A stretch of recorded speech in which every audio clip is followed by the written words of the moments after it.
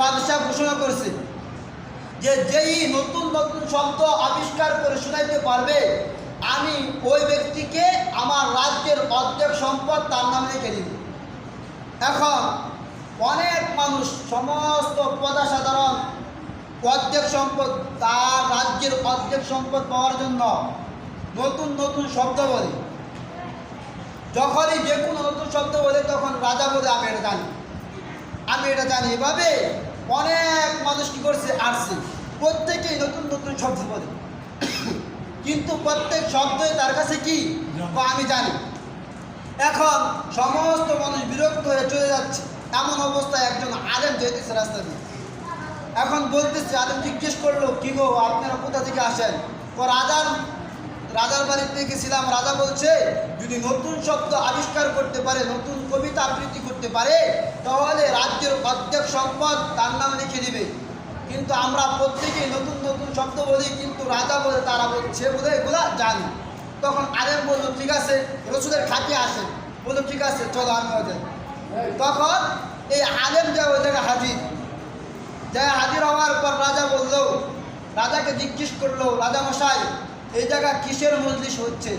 তখন রাজামশাই বললো যে বলা হয়েছে যদি নতুন কবিতা আবৃত্তি করতে পারে বা নতুন শব্দ আবৃত্তি করতে পারে তাহলে আমার রাজ্যের অর্ধেক সম্পদ তার নামে লিখে দিব। তখন আলেম বললো সত্য তো? অসত্য। তখন বললো যে রাজামশাই আপনি কি জানেন? তখন রাজা বললো কি? তখন ওই আলেম বললো আমার বাবা বা আমার দাদা আপনার বাবার কাছ থেকে 500 কোটি টাকা পাইত, আপনি কি জানেন? তখন রাজামশাই যদি বলে যে হ্যাঁ, তাহলে কি করতে হইব? রাজ্যের অর্ধেক সম্পদ দিয়ে দিতে হবে।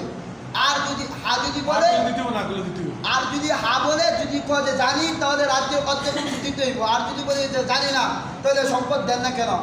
আমার বাবা যে 500 কোটি টাকা পায় সম্পদ দেন না কেন? আপনি এত বড় রাজা সম্পদ দেন না কেন? দিতে হইবে কিনা? এই জন্য তখন বলছে শুনি না, তখন তার রাজ্যের অর্ধেক সম্পদ দিতে হয়েছে।